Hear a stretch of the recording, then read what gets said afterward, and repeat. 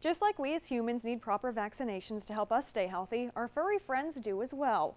For many pet owners, they have the question of how often they need to make a trip to the vet to receive the shots. I spoke with Dr. Jenny Lindquist, veterinarian and owner of Lindquist Veterinary Care in Kirksville.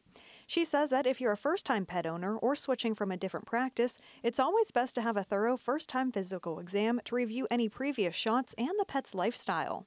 First-time vaccinations always are very tailored to what your pet's individual situation is, what maybe their previous vaccine history is, or if they're completely naive, they haven't had anything at all. So it's always a good idea to start fresh. When it comes to vaccines for your dog or cat, there are two different categories, core and non-core.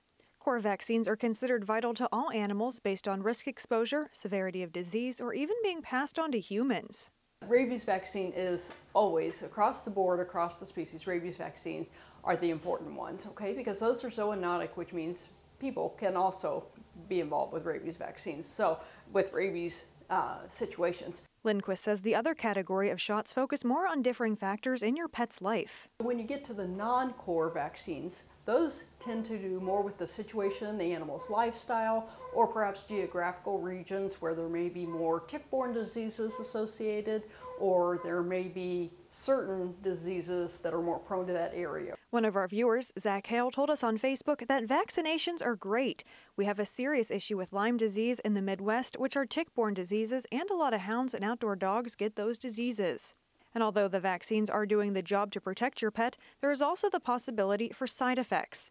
Lindquist says although having an adverse reaction is rare, it's something owners should be on the lookout for. Most of the time, the side effect we see is just they're a little bit tired for the day, and they usually get over that in 24 hours. So that's a vaccine reaction, so to speak. Other possible side effects include discomfort and local swelling at the vaccination site, mild fever, diminished appetite or activity, and sneezing or other respiratory signs. And in those cases, we always ask that people call us, tell us what's going on with that. We can make accommodations either for future vaccines, or if we feel like that's something severe, something that we need to know about, have them bring the animal in so that we can treat for that. Some pet owners say they also worry about the possibility of over-vaccinating their animal.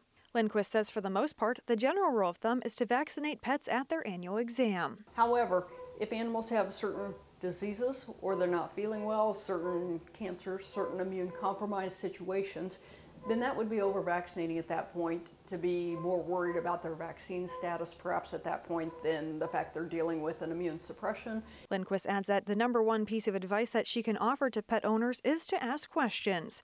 Reporting in Kirksville, Ashley Hoke, KTVO News.